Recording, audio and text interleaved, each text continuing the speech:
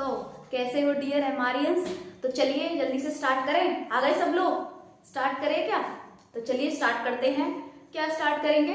PYQs series जो बताया गया था कि पीवाईक्यूज सीरीज क्या है, एमआर चैनल पे स्टार्ट हो गई है। तो आज किसके पीवाईक्यूज करने वाले हैं हम? आज हम पीवाईक्यूज करने वाले हैं one of the most important chapter of physics is light reflection and refraction के। आपको तो पता है इसका वेटेज कितना ज्यादा है, मार्क है ना आपको एग्जाम में, तो इसी वजह से हम इस पे फोकस करके इसके पीवाईक्यूज करेंगे। तो चलिए स्टार्ट करते हैं। तो नमस्कार नमस्कार नमस्कार, मैं हूँ राधिका सिंह, आपकी फिजिक्स की टीचर, और आज मैं लाई हूँ आपके लिए बढ़िया बढ़िया पीवाईक्यूज। और अगर जिसने पहले के लेक्चर्स नहीं देखे हैं उसमें हमने क्या कवर करवाया है, मेटल एंड नॉन मेटल की पीवाईक्यूज कवर करवा दिए, तो वो भी जाकर देख ले। केमिस्ट्री की भी चल रही है, फिजिक्स के भी पीवाईक्यूज मिल जाएंगे आपको, बायोलॉजी के भी मिल जाएंगे, और मैथ्स की तो चल ही रही है। तो इसीलिए मेक श्योर कि इस पीवाईक्यूज सीरीज को आप देख लें। और अगर आपको और भी ज्यादा क्वेश्चन चाहिए प्रैक्टिस के लिए तो आप ज्वाइन कर सकते हैं हमारा टेलीग्राम चैनल। तो बिना कोई देरी के अपनी शुभ लाइन के साथ स्टार्ट करते हैं। Let's get together make your achievement real. Okay, तो चलिए स्टार्ट करते हैं। तो फर्स्ट क्वेश्चन जो है वो है एक हमारा न्यूमेरिकल, इजी न्यूमेरिकल। अब जैसे कि इस चैप्टर में थ्योरी भी है और न्यूमेरिकल्स भी है, तो न्यूमेरिकल थ्योरीज आती रहती हैं। ऐसा नहीं है कि आप थ्योरी करके इस चैप्टर को कर लोगे, ऐसा भी है कि आप न्यूमेरिकल करके इस चैप्टर को कर लोगे। आपको दोनों चीजें बैलेंस करके चलनी पड़ेगी। तो इसीलिए हम स्टार्टिंग में एक अच्छी न्यूमेरिकल से कर रहे हैं। ठीक है, तो स्टार्ट करते हैं। An object is placed at a distance of 18 centimetre. और जैसे कि मैंने आपको कहा है कि यदि आप पीवाईक्यूज करने आए हो तो मैं मान के चलूंगी कि आप कॉन्सेप्ट पढ़कर आए हो। अगर आपने कॉन्सेप्ट नहीं पढ़ा तब आप पीवाईक्यूज करने आ गए हो तो डीमोटिवेशन के अलावा यहाँ पर कुछ नहीं मिलने वाला है। तो आपको क्या करना है, सबसे पहले चैप्टर रिवाइज करो, उसके फॉर्मुलेज वगैरह लर्न करो, और उसके जो मेन पॉइंट्स होते हैं उन्हें लर्न करो, और जो बेसिक्स न्यूमेरिकल होते हैं पहले आपको वो प्रैक्टिस, यानी कि एनसीईआरटी बुक से पहले आपको वो प्रैक्टिस करनी चाहिए, फिर देन आपको पीवाईक्यूज पे आना चाहिए। क्योंकि यदि आपने कॉन्सेप्ट नहीं पढ़ा और अब डायरेक्ट कर रहे हो पीवाईक्यूज पे जंप, तो फिर बेटा आपका जो मोटिवेशन है ना वो लो हो जाएगा, जो कॉन्फिडेंस है ना वो क्या हो जाएगा, लो हो जाएगा। इसी वजह से आप कॉन्सेप्ट पहले पढ़ के आ जाइए। ओके, तो फिर मैं इसमें ये मान के चलूंगी कि आप पूरा कॉन्सेप्ट पढ़कर आए हैं। तो क्वेश्चन में ध्यान से पढ़ रही हूँ, आपको क्वेश्चन दिखाई भी दे रहा होगा ऊपर, तो ध्यान से तुम भी रीड करो, मैं भी रीड करती हूँ। An object is placed at a distance of 18 centimetre. एक ऑब्जेक्ट है जो कि कौन सी डिस्टेंस पे रखा गया है, 13 centimetre. An object is placed at a distance of 30 centimetre, यानी कि 30 सेंटीमीटर। फिर क्या आगे बोला है इसे, from the pole of a concave lens, it is lens question हो गए। तो लेंस फॉर्मूला हमें लगाना पड़ेगा इसमें। ठीक है, तो पहली बात ये कि लेंस के इसमें कौन सा वो दे रखा है, कौन सा लेंस है, मिरर है या फिर लेंस है, लेंस है, कॉन्केव लेंस। तो उससे बोला गया है कि ऑब्जेक्ट जो है कॉन्केव लेंस के पोल से 30 सेंटीमीटर की दूरी पे रखा गया है, of focal length 15 centimetre. Focal length क्या दे रखी है, 15 centimetre. Determine the position of image from the optical centre, यानी कि हमें इसकी इमेज की पोजीशन निकालनी है। इमेज की पोजीशन आप समझ रहे हो ना क्या, यानी कि V। तो चलिए करते हैं स्टार्ट। पहले अगर आपको न्यूमेरिकल सॉल्व करना नहीं आता है तो मैंने इसके पे भी एक बढ़िया सा वीडियो बनाया हुआ है कि कैसे हम न्यूमेरिकल सॉल्व कर सकते हैं फिजिक्स में, जाकर उसे देख लो। उसमें मैंने कुछ बेसिक स्टेप्स बताए हैं जिन्हें आप फॉलो करके आप न्यूमेरिकल सॉल्व कर सकते हो अगर आपको न्यूमेरिकल में बहुत ज्यादा प्रॉब्लम है।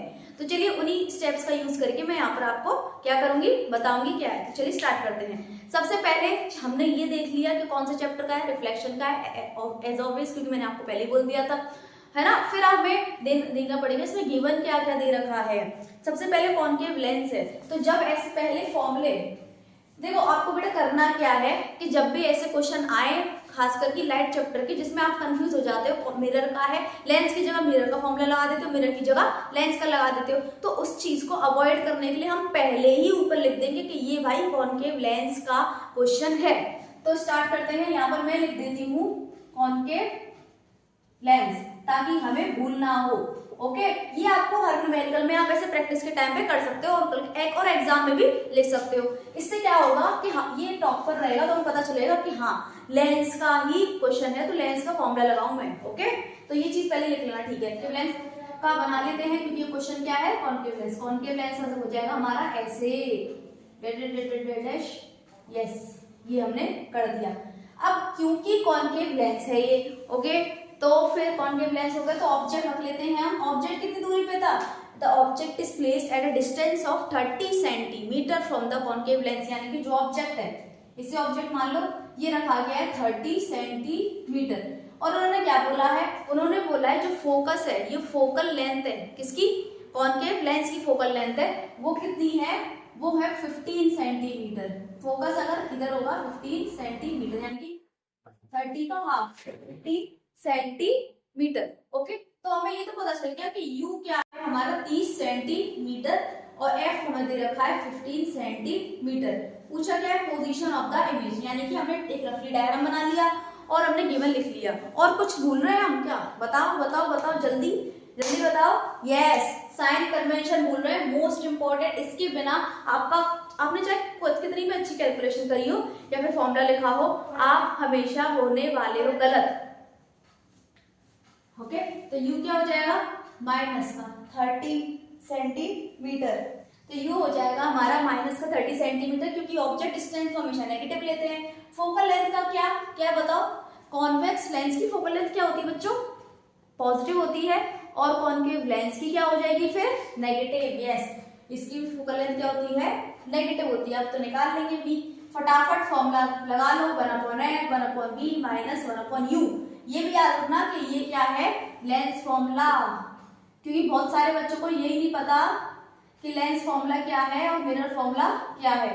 तो मेक श्योर लेंस फॉर्मूले में नेगेटिव आ जाता है और मिरर फॉर्मूले में क्या आ जाता है, पॉजिटिव, क्योंकि बहुत इसी में ही तो मिस्टेक कर देते हो, तभी न्यूमेरिकल आ रहे हैं गलत आपके। तो इसलिए मैं बोल रही हूँ वो लेक्चर जाके देख लो, जिसमें मैंने बेसिक स्टेप करके बताए हैं कि क्या क्या मिस्टेक्स आपको अवॉइड कर रही है और कौन से स्टेप्स आपको फॉलो करने हैं। तो चलिए इसमें स्टार्ट करते हैं। फोकल लेंथ विद साइन रखना है, साइन हमें देखने के लिए थोड़ा रखा है, लगे हैं। v निकालना है, u ये माइनस का 30, ओके। तो फिर ये हो जाएगा हमारा माइनस का 15, v माइनस माइनस प्लस का 30, ओके। फिर ना यहाँ पर मैं लिख देती हूँ, तो ये हमारा हो जाएगा, इधर इसे ले आओ, माइनस का 1/15, तो माइनस का 30 हो जाएगा, ये v हमारा उधर रह गया। फिर हो जाएगा हमारा 30, ये 2 और ये एलसीएम लिया, ये 1, ये v, तो माइनस का 3, ये 33, और फिर अब इसे रेसिप्रोकल करेंगे तो v आ जाएगा हमारा 30/3, यानी कि v आ गया हमारा माइनस का 10 सेंटीमीटर, माइनस का 10 सेंटीमीटर। वो तो होना ही था, क्या होना था, नेगेटिव का तो v आना ही था, नेगेटिव माने इधर की साइड, ठीक है। तो जैसे कि मैंने आपको बताया है कि हमारा जो कॉन्केव लेंस में तो सिर्फ क्या है, दो केसेस हैं, दोनों केसेस में इमेज कैसी बनती है, हमेशा बनती है कैसी, बताओ जल्दी बताइए, कैसी बनती है, वर्चुअल एंड इरेक्ट बनती है, ठीक है, यानी कि एक्चुअल में रिपीट नहीं कर रही है। तो इसीलिए v नेगेटिव बनेगा, यानी कि ऑब्जेक्ट की साइड ही बनेगा, क्या बनेगा, ऑब्जेक्ट की साइड, ओके, ऑब्जेक्ट की साइड ही बनेगा। और v हमारा हो जाएगा माइनस का 10 सेंटीमीटर। तो ये हमने कर लिया, बहुत सिंपल सा क्वेश्चन, तो इसे नोट कर लीजिए आप। फिर हम आगे चलते हैं, और ऐसा ही क्वेश्चन अब आपको मिलेगा एक होमवर्क के लिए, ताकि आपको होने लगे प्रैक्टिस प्रैक्टिस आप कर पाओ। तो इसीलिए होमवर्क के लिए मिलेगा, पहले इसे नोट करो जल्दी से। तो चलिए आपने नोट कर लिया होगा और आपको अभी क्वेश्चन दिखाई भी दे रहा होगा, राइट। तो वो बिल्कुल सेम क्वेश्चन है जो अभी अभी हमने उससे पहले किया है, यानी कि वो क्या है आपका होमवर्क। तो चलिए नेक्स्ट क्वेश्चन पे चलते हैं। नेक्स्ट क्वेश्चन है ड्रॉ अ रे डायग्राम।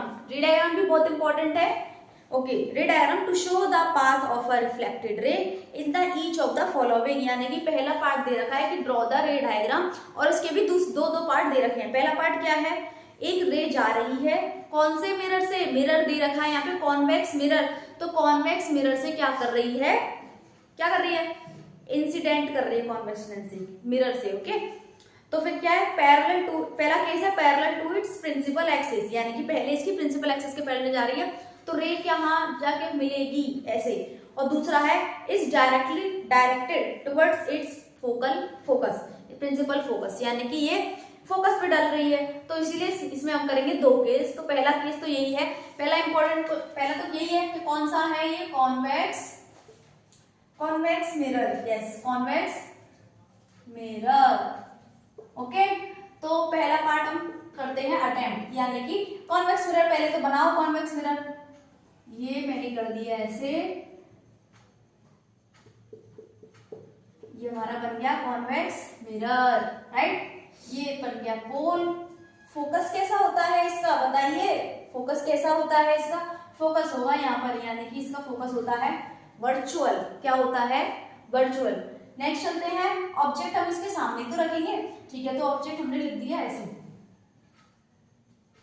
अच्छा ठीक है, पहला ऐसा ऑब्जेक्ट मत रखो, हम मान लेंगे रे।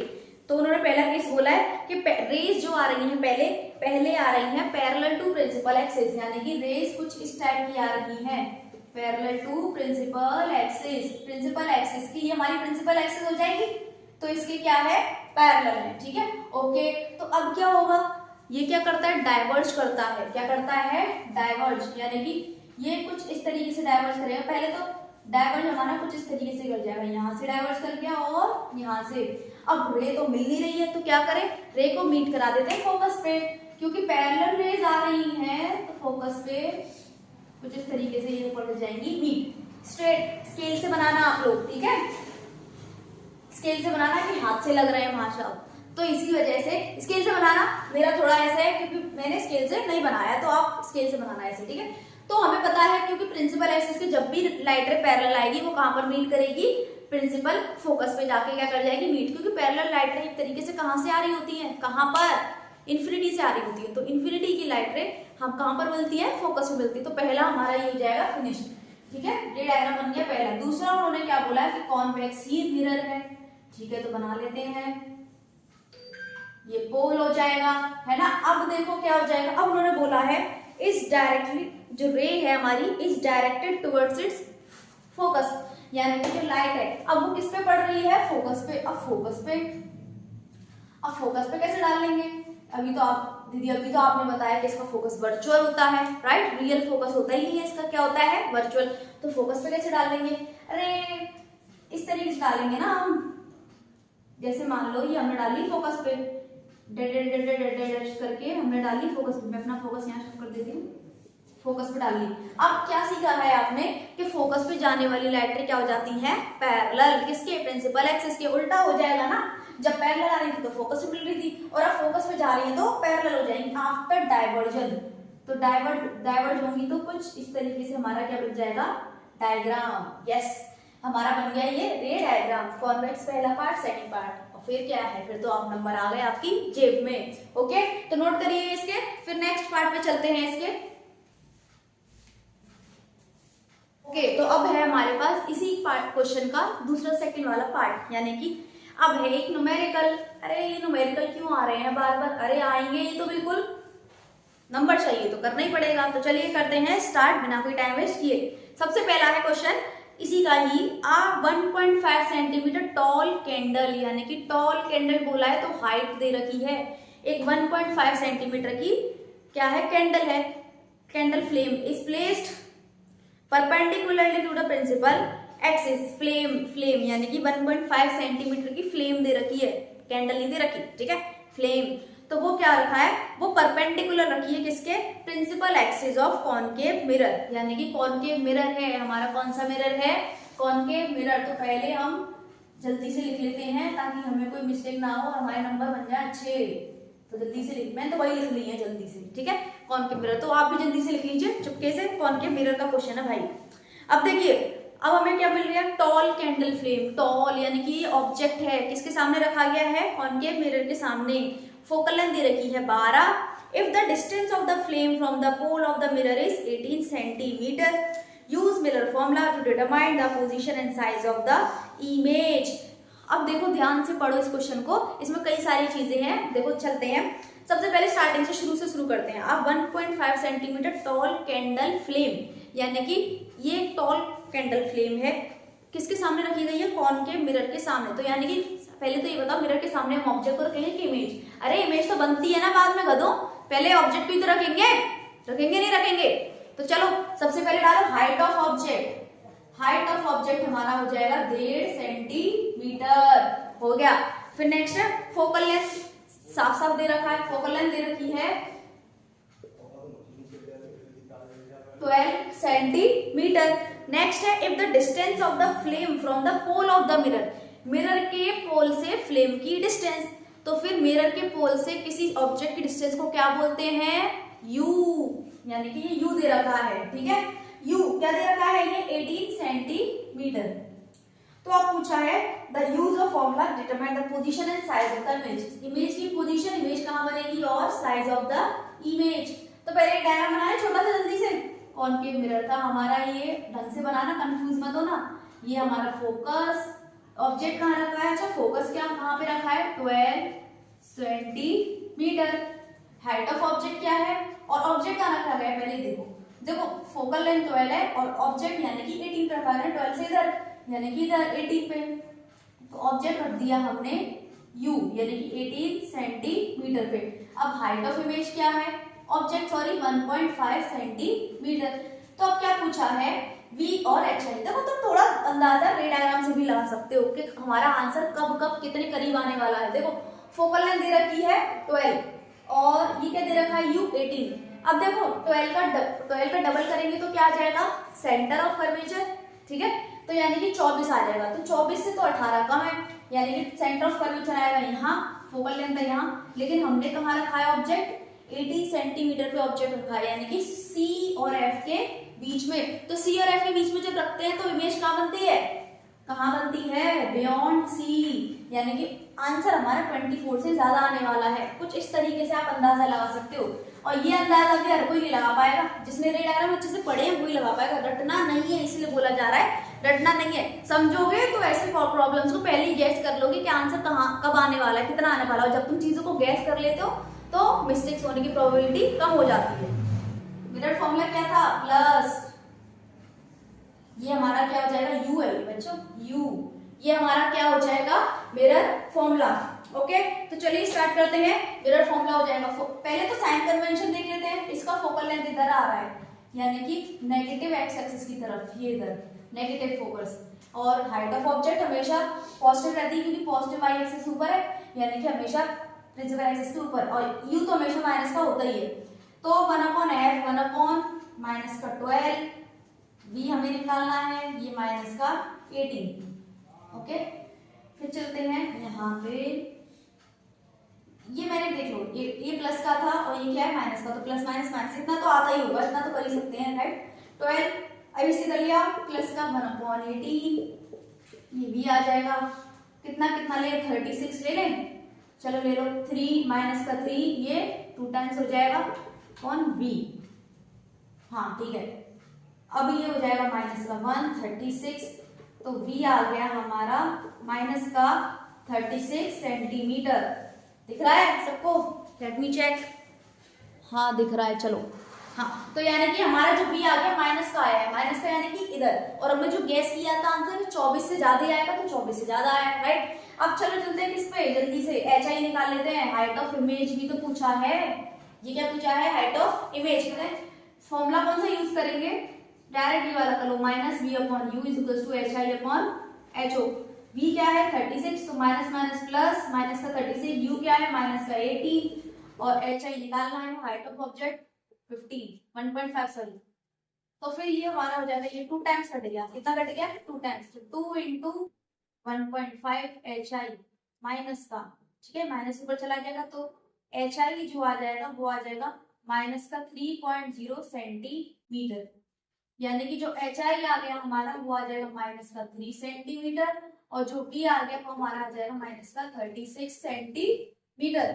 आंसर हमारा हो गया, देखो डबल आया है, हमारा ऑब्जेक्ट की हाइट कितनी थी 1.5, और वहां पर क्या हो जाएगा, डबल हो जाएगा हाइट ऑफ इमेज। देखो क्यों, क्योंकि सेंटर ऑफ कर्वेचर के पीछे, और सेंटर ऑफ कर्वेचर के पीछे कैसी बनती है, लार्ज इमेज बनती है। ओके, तो जल्दी से नोट कर लो इसे। चलो अब तो आपने नोट कर लिया होगा, फिर ऐसा ही क्वेश्चन आपको दे दे होमवर्क के लिए, चलो दे देते हैं। तो आ जाए क्वेश्चन, महाराज हाजिर हो जाए। तो देख क्या क्वेश्चन, देख क्या, ठीक है, तो ये है आपका होमवर्क, बिल्कुल सेम क्वेश्चन है, और जल्दी से होमवर्क करके आंसर कर देना कमेंट, ताकि पता चल जाए कौन प्रैक्टिस कर रहा है। नेक्स्ट क्वेश्चन पे मूव करते हैं। चलिए तो चलो फाइनली एक इजी क्वेश्चन दिख रहा है। State the law of reflection. ये तो बहुत ज्यादा इजी है। रिफ्लेक्शन का पहला लॉ क्या था? Incident ray, reflected ray and normal all lie in the same plane. Okay, दूसरा लॉ क्या था रिफ्लेक्शन का? Angle of incidence is always equal to angle of reflection. तो ये हो गया हमारा लॉज ऑफ रिफ्लेक्शन। तो ये तो आप कर सकते हो चुटकियों में, क्योंकि आप तो बहुत होशियार हो। ठीक है, नेक्स्ट क्वेश्चन चलते हैं। दूसरा भी इजी है। State the law of refraction. Refraction के लॉ, तो इसीलिए पहले आप बेसिक चीजें लर्न करके जाना, जैसे कि हो गया आपका लॉ, जैसे कि हो गया आपका uses of lenses and mirror. तो इनमें से कई सारे क्वेश्चन बनते हैं, तब जाकर कम से कम आप ये तो आप करके ही जाओ थ्योरी में। बाकी का आपका रे डायग्राम हो जाएगा, न्यूमेरिकल्स हो जाएंगे, फिर तो चैप्टर कंप्लीट। नेक्स्ट चलते हैं। हाँ, हम क्या बता रहे थे? Law of refraction. पहला लॉ क्या हो जाएगा? वही वाला सिंपल वाला, द इंसिडेंट रे, रिफ्रैक्टेड रे एंड नॉर्मल और लाई इन द सेम प्लेन। एक ही प्लेन में लाई करते हैं। दूसरा क्या हो जाएगा बताओ? Sine i upon sine r is equals to constant. हो गया हमारा सिंपली। तो चलते हैं नेक्स्ट क्वेश्चन पे है। नेक्स्ट क्वेश्चन क्या होगा हमारा? Draw a ray diagram. ओहो, रे डायग्राम कितने इंपॉर्टेंट है। Draw a ray diagram to show refraction of a light of through the rectangular glass slab. Okay, how is emergent ray related to incident ray? Mark lateral displacement in the diagram। यानी कि lateral displacement भी mark करना है। तो कुछ तुम्हें समझ में आ रहा है कौन सा रे डायग्राम की बोल रहा है? ये बोल रहे हैं ग्लास स्लैब वाले रे डायग्राम की, कि ग्लास स्लैब का रे डायग्राम कैसे बनेगा। इसलिए वो बहुत ज्यादा इंपॉर्टेंट है, उसे जरूर करके जाना। ठीक है, कि उसे छोड़ दे कि हम तो वाई बस कॉनकेव और कॉन्वेक्स मिरर वगैरह लेंस निकल लेंगे, इसे कोई क्या ही आएगा ये। अरे बहुत इंपॉर्टेंट है वो। चलो बनाते हैं।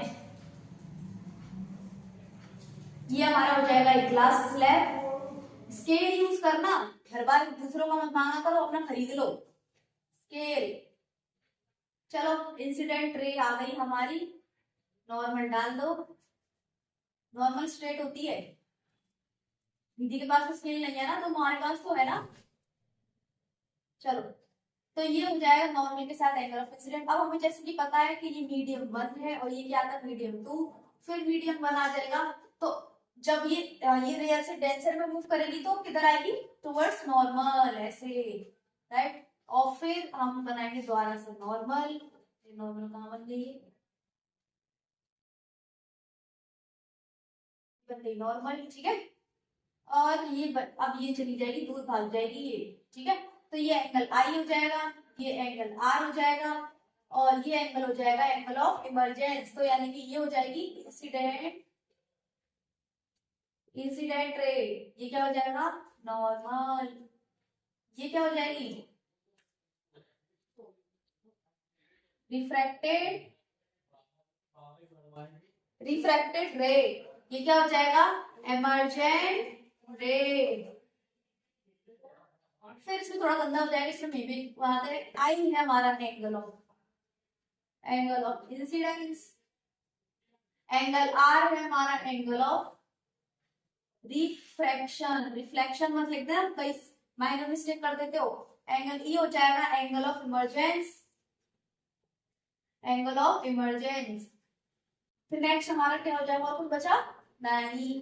तो अब बोला है लेटरल डिस्प्लेसमेंट को क्या कर दो? मार्क कर दो। तो लेटरल डिस्प्लेसमेंट क्या होता है? The original path of the distance between original path of रे एंड इमर्जेंट रे। तो पहले ओरिजिनल, अगर मान लो ये मीडियम नहीं होता तो हमारी इंसिडेंट रे कैसे जाती? सिंपल ऐसे चली जाती incident ray. Okay, incident ray हमारी कुछ इस तरीके से चली जाती। तो इसको मैं थोड़ा सही बना लूं।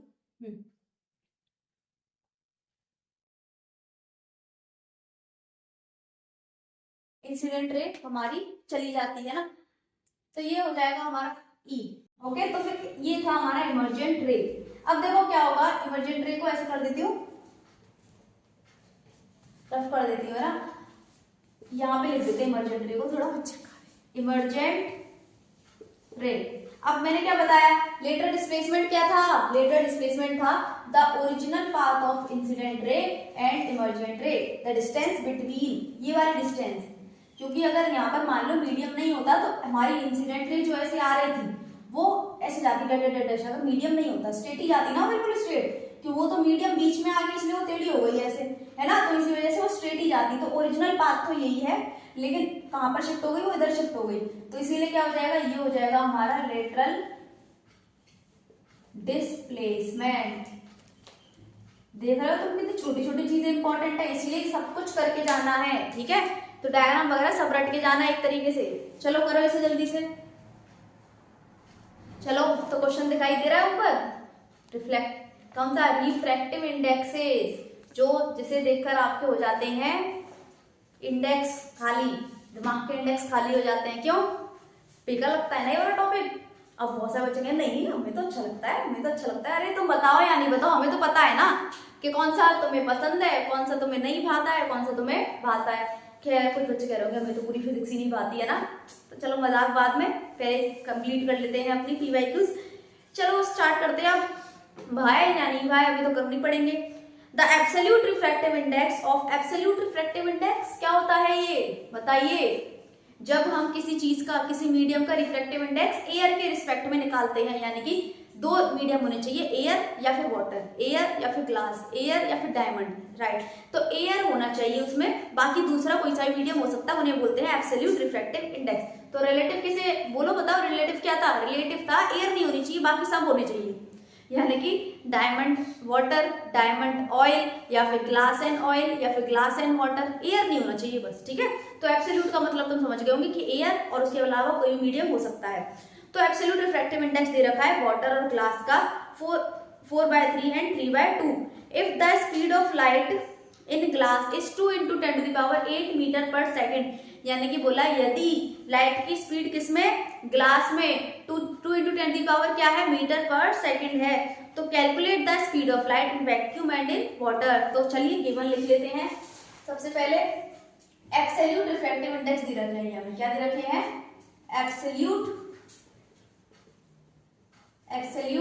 रिफ्रैक्टिव इंडेक्स हमें दे रखे हैं, किसका, वाटर का। तो कैसे लिखते हैं, refractive index of water with respect to air, या फिर आप इसे एयर को ना लिख के सिंपल ऐसे भी लिख सकते हो, सिंपल ऐसे, तो वो अपने आप ही समझ में आता है कि अंडरस्टूड है कि यहाँ पर एयर ही होगा, ओके। तो इसका दे रखा है वाटर का दे रखा है आपका 4/3 और हमारा ग्लास का क्या दे रखा है, ग्लास का 3/2। तो पूछा क्या है, यानी कि पूछा क्या है बच्चों, पूछा है स्पीड ऑफ लाइट पूछी है, यानी कि C पूछा है।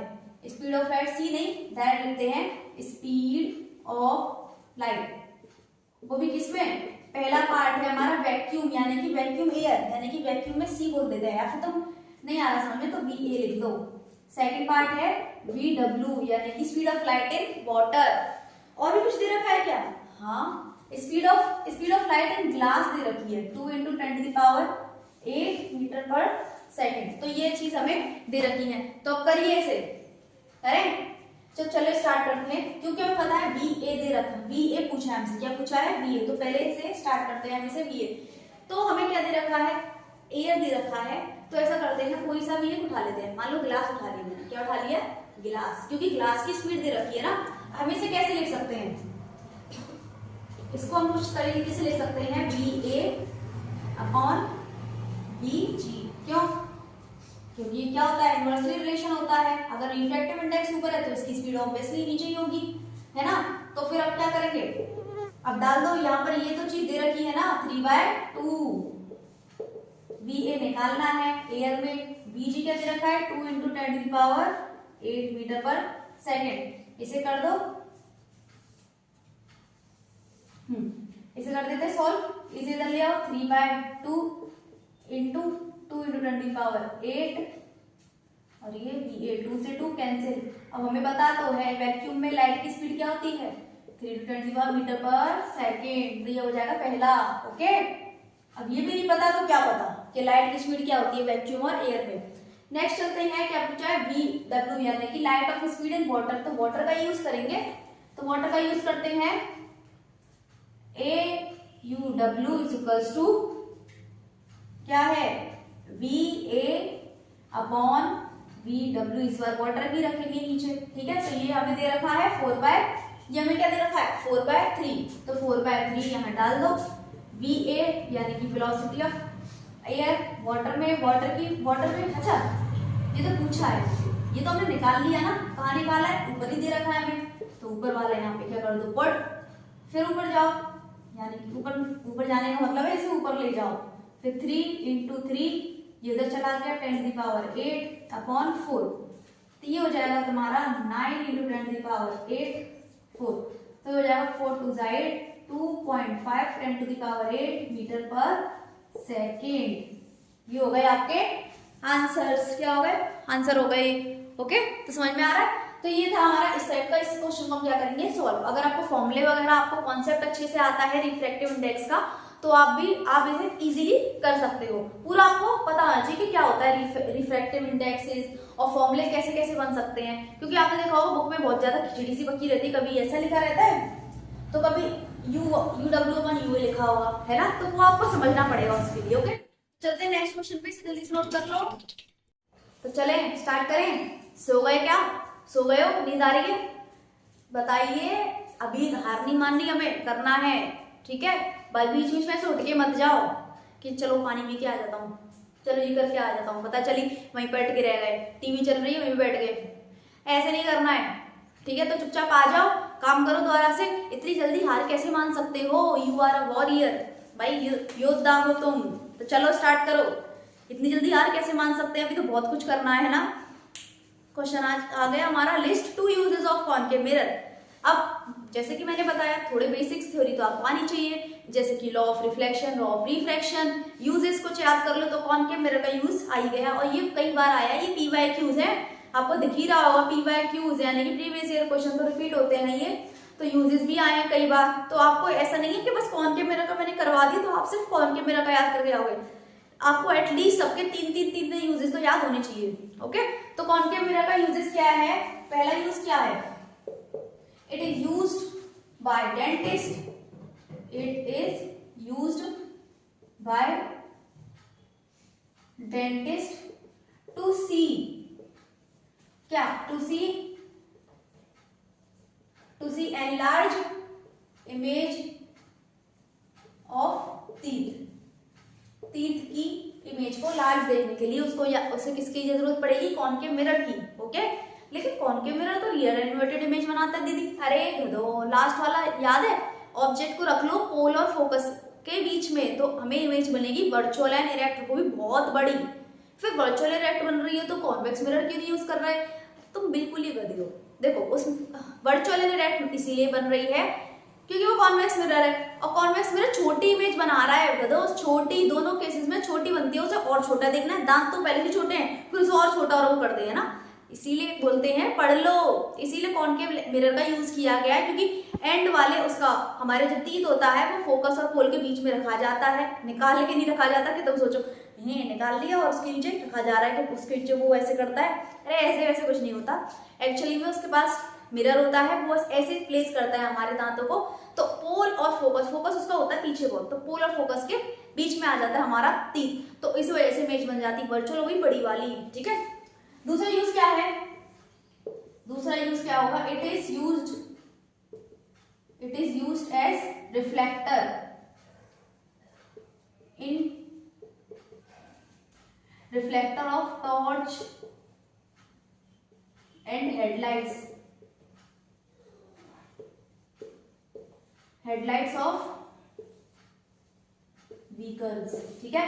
ये टॉर्च और व्हीकल के हेडलाइट्स के क्या होता है, यूज होता है, ठीक है। हेडलाइट्स यानी कि इस तरीके की शेप होती है हेडलाइट्स में, कि जो इस तरीके की शेप होती है, और जो बल्ब होता है वो हमारा फोकस पे रखा जाता है, कहाँ पे रखा जाता है, फोकस पे, ताकि लाइट ऐसे इंसिडेंट करे,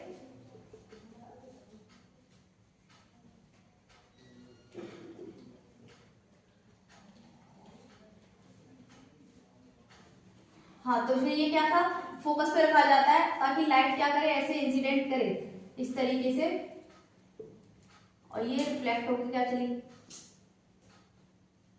तो या लाइट ऐसे इंसिडेंट करके ये क्या हो जाए, रिफ्लेक्ट होकर पैरेलली चले जाए। तभी तुमने देखा होगा रात में लाइट जो होती है वो सीधे दिखती है पैरेलल ऐसे, है ना, कभी देखा है बाइक वगैरह में कि बस कहीं और ध्यान रहता है कि दूसरी बैग पे कौन बैठी है, फिर बैठा है।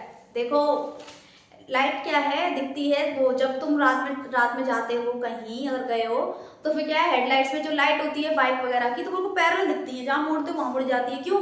क्योंकि जो फोकस जो क्या होता है, बल्ब होता है वो फोकस पे रखा रहता है, किसके, कॉनकेव मिरर के, ठीक है। तो जो फोकस से लाइट रे निकलेंगी तो कहां पे जाएंगी, इन्फिनिटी पे, और इन्फिनिटी पे लाइट रे कैसी होती है, पैरेलल, इसी वजह से कुछ इस तरीके का दिखता है आपको। नेक्स्ट पे चले, ठीक है। तो इसके सेकंड पार्ट पे चलते हैं। An object 4 centimetre in size, फिर न्यूमेरिकल तो आएंगे ना, तो न्यूमेरिकल से क्यों ना दोस्ती कर लो तुम, उस वीडियो को जाकर देख ही लो न्यूमेरिकल कैसे सॉल्व करते हैं। और आपको तब भी ही नहीं आए उसको देख के तो मुझे बता देना, एक न्यूमेरिकल का हम अलग से लेक्चर ले आएंगे जिसमें न्यूमेरिकल भर भर के होंगे, इजी टू टफ लेवल की। ओके चलो स्टार्ट करते हैं। एक ऑब्जेक्ट है जो कि 4 सेंटीमीटर साइज का है, is placed at 25 centimetre in front of concave mirror. Mirror कौन सा है, कॉनकेव, सिर्फ कर देते कॉनकेव मिरर है हमारा, ठीक है। ये यूज किसके थे, कॉनकेव मिरर के तो यूज थे ये। तो जरूरी नहीं आप इन दोनों यूजेस को याद करें, अगर आपको कोई और याद है तो उनको याद कर लो, लेकिन करने आपको जरूर पड़ेंगे, ठीक है। तो क्वेश्चन भी किसका है, कॉनकेव मिरर का क्वेश्चन है ये, ठीक है। कॉनकेव मिरर का क्वेश्चन है। चलते हैं फिर, अब क्या बोला है इसमें कि एक ऑब्जेक्ट है हमारा जो कि है 4 सेंटीमीटर का है, 4 सेंटीमीटर लंबाई बोली है उसकी, तो ऑब्जेक्ट की हाइट हो जाएगी 4 सेंटीमीटर, ठीक है। Is placed at 25 centimetre in front of concave mirror. Concave mirror के सामने रखा गया 25 सेंटीमीटर की दूरी पे, तो ऑब्जेक्ट को ही तो रख सकते हैं हम, तो ये क्या हो जाएगा, यू 25 सेंटीमीटर, यानी कि कॉनकेव मिरर हमारा कुछ इस तरीके से था, और जो ये है 25 सेंटीमीटर, जो ऑब्जेक्ट है वो रखा गया 25 सेंटीमीटर पे, और हाइट हो जाएगी इसकी 4 सेंटीमीटर, ठीक है। तो अब देखते हैं फिर और क्या पूछा है। फोकल लेंथ दे रखी है 15, तो यानी कि 25 से कम, तो 15 फोकल लेंथ दे रखी है, फोकल लेंथ दे रखी है 15 सेंटीमीटर, ये फोकल लेंथ है, ठीक है। 25 से तो कम ही होता है 50। अब क्या है, at what distance from the mirror should a screen be placed. अब स्क्रीन वाला क्वेश्चन आ गया, यानी कि इससे क्या करें, इस ऑब्जेक्ट से कितनी दूर स्क्रीन रखें, कितनी दूर स्क्रीन को रखें कि क्या आ जाए हमारी, बताओ कितनी स्क्रीन को, कि हमें उस पर इमेज आ जाए, एक शार्प इमेज उस पर जाके बने। यानी कि इमेज इस बार ऐसी नहीं बन रही, इमेज बन रही है स्क्रीन पर, तो इस वजह से उन्होंने पूछा है कि स्क्रीन को कहाँ रखें कि इमेज हमारी उस पर बन जाए, शार्प इमेज।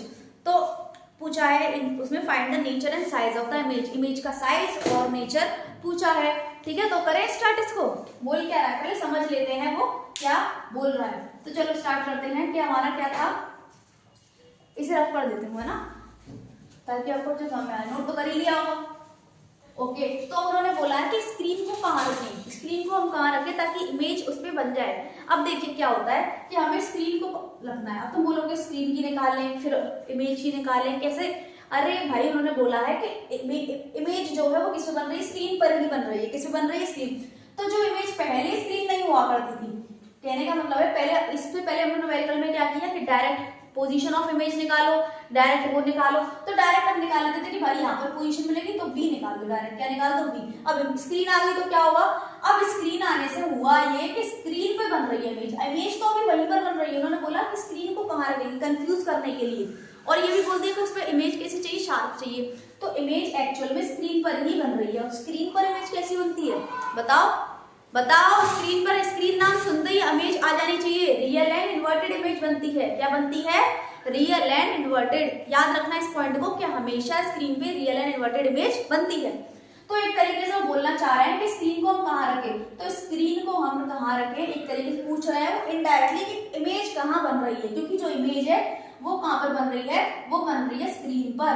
तो अगर इमेज स्क्रीन पे बन रही है और उन्होंने पूछा है स्क्रीन की डिस्टेंस, तो अगर हमने स्क्रीन की डिस्टेंस निकाल ली तो इमेज की तो अपने आप निकल गई, क्योंकि इमेज भी तो स्क्रीन पे बैठी है।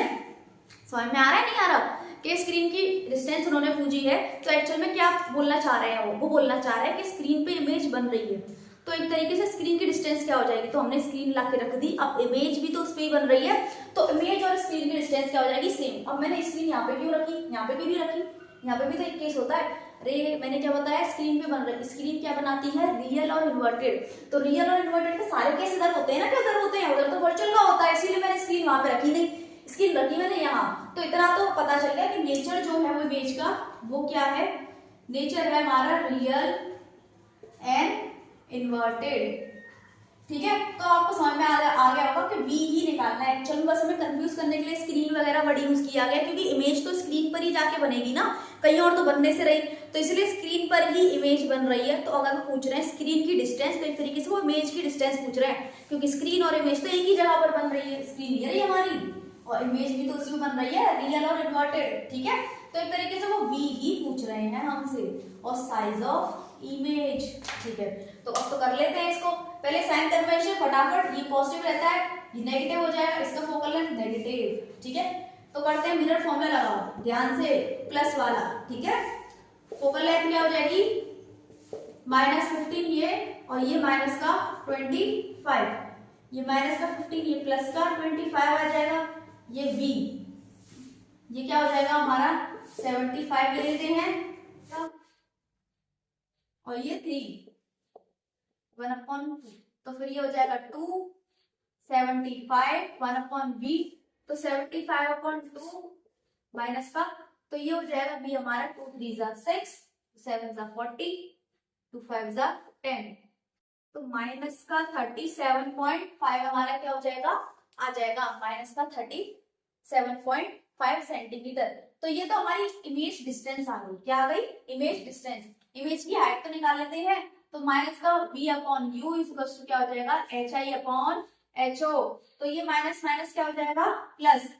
देखो जब भी ऐसा आया करे कि v/u इक्वल्स टू hi/ho आपको लेना है, तो आप ऐसे ना रख के आप ये वाला रखा करो, फ्रैक्शन वाला फॉर्म, तो आपका कैलकुलेशन क्या हो जाए, इजी। तो माइनस का 75/2, और u क्या है हमारा माइनस का 25, hi निकालना है हमें, और ho क्या दे रखा है 4।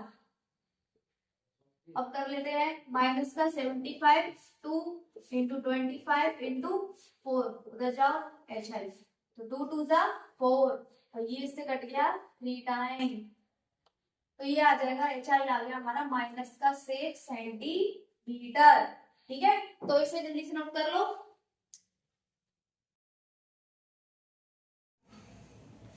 तो हमारा जो हाइट ऑफ इमेज आ जाएगी वो आ जाएगी माइनस, हमारी जो हाइट ऑफ इमेज आ जाएगी वो आ जाएगी -6 सेंटीमीटर।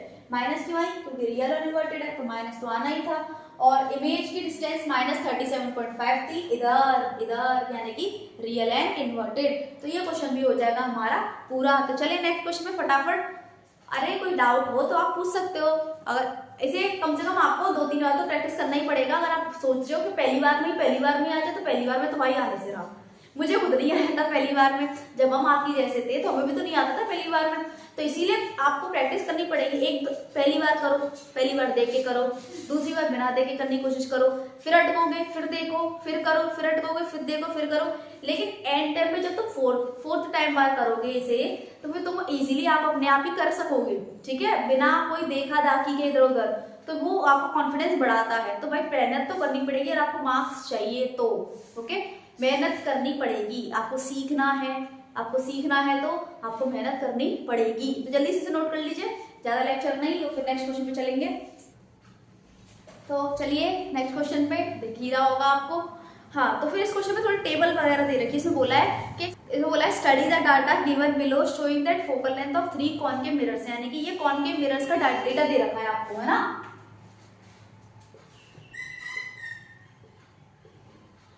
इसमें 3 केस दे रखे हैं, A B C, focal length दे रखी है और ऑब्जेक्ट डिस्टेंस दे रखी है। तो इसमें बोला है in which of the above cases the mirror will form diminish image of the object, यानी कि तीनों में से कौन से केस में जो इमेज है ऑब्जेक्ट की वो डिमिनिश बनेगी। अब इसके लिए आपको आना चाहिए रे डायग्राम। ठीक है, तो रे डायग्राम के लिए सबसे पहले रे डायग्राम के पहले बोल रही हूँ। देखो रे डायग्राम इसलिए है क्योंकि यहाँ से देख के पता लगाया जा सकता है कि कौन सी डिमिनिश इमेज फॉर्म करेगा। ठीक है, चलो ट्राई करते हैं, है ना, क्योंकि हमारा कॉनकेव मिरर है, क्या है ये कॉनकेव मिरर। ठीक है, तो कॉनकेव मिरर पहले वाले एक कॉनकेव मिरर की 20 दे रखी है, तो जब ऐसे क्वेश्चन आया करे तो पहले C निकालो, यानी कि C for C for cat नहीं, C for centre of curvature, double कर दो 40 हो जाएगा, इसका क्या हो जाएगा 40, इसका 15, इसका क्या हो जाएगा सी, इसका सी हो जाएगा 30, मैंने क्या बोला double, C1 C2 focus 30 centimetre, इसका हो जाएगा कितना 60। ओके, तो हमने डिमिनिश्ड इमेज निकाल ली, क्या निकाल लिया डिमिनिश्ड। जरा देखना इसका सेंटर ऑफ कर्वेचर क्या है 30।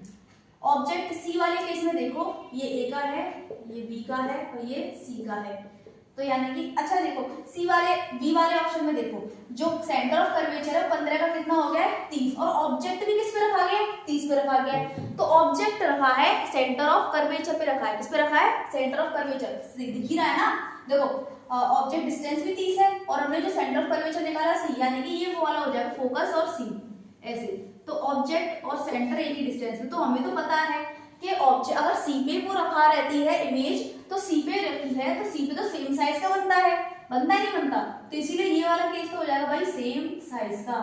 ठीक है, सी वाला देखो जरा, सी वाला देखो 30 और 60, यानी कि ऑब्जेक्ट रखा है 20, यानी कि 30 और 60, यानी कि ये तो फोकस से भी कम पे रखा है, यानी कि 30, ये 20 पे रखा है, कहां पे रखा है 20 पे, ए वाला तो 20 पे रखा है, ये पोलर फोकस क्या है इसका, इसका फोकल लेंथ दे रखी है 30 सेंटीमीटर, कितनी दे रखी है 30। मैं एक और डायग्राम बना देती हूँ चलो यहाँ पर, कि इसकी फोकल लेंथ दे रखी है 30, लेकिन ऑब्जेक्ट डिस्टेंस क्या हो जाएगा 20, तो एफ और पी के बीच में आ गया ये वाला, तो भाई तो ये तो वर्चुअल बनेगा और एनलार्ज बनेगा, क्या बनेगा वर्चुअल और एनलार्ज, तो अब तो भाई एक केस बनता है ये वाला, तो यानी कि यही हो जाएगा। इसको बता भी देती हूँ कैसे, कि देखो कैसे, हाँ यहाँ पर देखो फोकल लेंथ कितनी दे रखी है 20 सेंटीमीटर दे रखी है फोकल लेंथ। अब इसका सेंटर ऑफ कर्वेचर क्या है 40, यानी कि यहां से इसका सेंटर ऑफ कर्वेचर हो जाएगा 40 सेंटीमीटर, ये सेंटर ऑफ कर्वेचर, ये क्या दे रखा है फोकल लेंथ। ठीक है, तो और ऑब्जेक्ट कहां रखा गया, ऑब्जेक्ट रखा गया है 45 पे, तो 20 और 40 के बाद ही तो होगा 45, तो यहाँ पे यानी कि ऑब्जेक्ट रखा है 45 सेंटीमीटर, तो सेंटर ऑफ कर्वेचर के पीछे चला गया, और सेंटर ऑफ कर्वेचर के जब पीछे चला जाती है तो क्या होता है इमेज बनती है सी और एफ के बीच में, यहाँ बनता है सी और एफ के बीच में, जब ऑब्जेक्ट सी और एफ के बीच में होता है तो इमेज पीछे बनती है सेंटर ऑफ कर्वेचर के, जब centre object centre of curvature के पीछे होता है तो इमेज बनती है सी और एफ के बीच में, और वो भी बनती है छोटी, तो यानी कि डिमिनिश इमेज बनेगी फर्स्ट वाले केस में, तो यानी कि फर्स्ट वाला जो आंसर हो जाएगा हमारा, आंसर फर्स्ट हो जाएगा केस ए। ओके, हाँ चलो नेक्स्ट क्वेश्चन में चलते हैं। दूसरा है list property of image in case 2। Case 2 में जो भी इमेज बन रही है उसकी प्रॉपर्टी बताओ, दो प्रॉपर्टी बतानी है, हमें पता है केस 2 में कैसी इमेज बन रही है, सेम इमेज बन रही है, कैसी इमेज बन रही है सेम, हाँ सेम इमेज बन रही है, तो अब इसकी प्रॉपर्टी बता दो, प्रॉपर्टी क्या हो जाएगी, आंसर 2 की प्रॉपर्टी क्या हो जाएगी, यानी कि केस बी की दो प्रॉपर्टी बताओ। सबसे पहले तो ये क्या हो जाएंगी सेम साइज की होंगी, पहली प्रॉपर्टी हो जाएगी ये क्या हो जाएगी सेम साइज, और क्या हो सकता है, और दूसरी प्रॉपर्टी हो जाएगी ये बनेगी real and inverted, real and inverted, क्योंकि सी सी पे ऐसी तो बनेगी सी और सी से रियल एंड इन्वर्टेड, क्योंकि कॉन्केव मिरर है हमारा। नेक्स्ट में चलते हैं, फिर बोला है what is the nature and size of the image formed by the mirror C, draw the ray diagram, justify और आंसर। ओके, तो बोला है what is the nature and size of the image, इसमें बोला है नेचर और size of the image क्या होगा, यानी कि हमें एचआई भी पूछ लिया है इन्होंने और नेचर भी पूछ लिया है, तो नेचर तो हमें पता है एनलार्ज होगा, एनलार्ज या फिर बोल सकते हो ये हो जाएगा वर्चुअल एंड इरेक्ट, क्योंकि मैंने क्या बताया था 20 ये रहा और 30 ये रहा, तो एफ और पी के बीच में आ गया, एक तरीके से क्या आ गया एफ और पी के बीच में, तो एफ और पी के बीच में कैसी इमेज बनती है virtual and erect, virtual and erect image बनती है। ठीक है, अब रे डायग्राम भी बनाना है हमें, और क्या बनाना है, और साइज ऑफ इमेज भी बताना है, तो चलो ये तो न्यूमेरिकल के टाइप की पूछ लिया इन्होंने, तो है ना स्टार्ट करते हैं फिर, है ना इसे रख पढ़ देती हूँ मैं। नेचर क्या था virtual and erect, right, image क्या बनी है हमारी वर्चुअल एंड इरेक्ट बनी है, और हमें पता है कॉन्केव मिरर के केस में वर्चुअल एंड इरेक्ट इमेज बनती है तो वो एनलार्ज बनती है, क्या बनती है एनलार्ज, तो इसी वजह से साइज ऑफ इमेज हो जाएगा एनलार्ज और नेचर हो जाएगा वर्चुअल इरेक्ट। अब बना देते हैं रे डायग्राम, अच्छे से, ठीक है। फोकल लेंथ मार्क करते हैं पहले। फोकल लेंथ हमारा दे रखा है 30 और ऑब्जेक्ट कहाँ दे रखा है, यहाँ पे, यानी कि 20। अच्छा, इसका सेंटर ऑफ कर्वेचर कहाँ होगा? सेंटर ऑफ कर्वेचर हो जाएगा इसका, क्या बोला था, इसका डबल यानी कि 60 सेंटीमीटर पे। ओके, तो हमने ये सब मार्क कर दिए हैं, तो ऑब्जेक्ट रख दिए ये। अब चलो पहले सेंटर ऑफ कर्वेचर से डालेंगे, तो सेंटर ऑफ कर्वेचर की लौट क्या आ जाएगी, लाइट रे, है ना। पहले डालो प्रिंसिपल फोकस के पैरेलल, तो हमारी कहाँ से निकलेगी, प्रिंसिपल एक्सिस के पैरेलल, तो फोकस से निकलेगी, राइट। और सेंटर ऑफ कर्वेचर से डालेंगे तो सेंटर ऑफ कर्वेचर पे लौट के आ जाएगी ऐसे। इधर भी एरो बना दो, है ना। अब देखो मीट, जब हम इसे इन्हें आगे एक्सटेंड करेंगे तो ये डाइवर्ज जा रही है, क्या जा रही है, डाइवर्ज। अगर हम इन्हें स्ट्रेट करें तो ये डाइवर्ज जा रही है, तो ये तो मिलने से रही, तो हमें क्या करना पड़ता है, पीछे की साइड इन्हें एक्सटेंड करना पड़ता है, ऐसे, इस तरीके से। पीछे की साइड जब इन्हें एक्सटेंड कर देंगे तो ये बन जाएगा हमारी इमेज, तो यानी कि हो जाएगी इमेज, और ये हो जाएगा हमारा वी। तो ये बन जाएगा आपका रे डायग्राम। इसीलिए रे डायग्राम बहुत ज्यादा इंपॉर्टेंट है, इसलिए थ्योरी वगैरह सब करके जाना, ओके। तो और अगर आपको पीवाईक्यूज चाहिए और प्रैक्टिस करने के लिए, तो आप हमारा ज्वाइन कर सकते हैं टेलीग्राम चैनल, जहाँ पर बहुत बढ़िया बढ़िया के मिल जाएंगे, क्वेश्चंस मिल जाएंगे। तो और बताना मुझे क्या क्या जो मैंने होमवर्क दिया उसके आंसर क्या क्या आ रहे हैं, उसको कमेंट में आपको देना है, और कमेंट करना कि और उसकी आप जल्दी से जल्दी पीवाईक्यू सीरीज चाहते हो कौन से चैप्टर की, ओके। वरना हम तो ला ही रहे हैं आपके लिए, ठीक है। तो चलिए प्रैक्टिस करते रहिए। नमस्कार, बाय बाय, टाटा।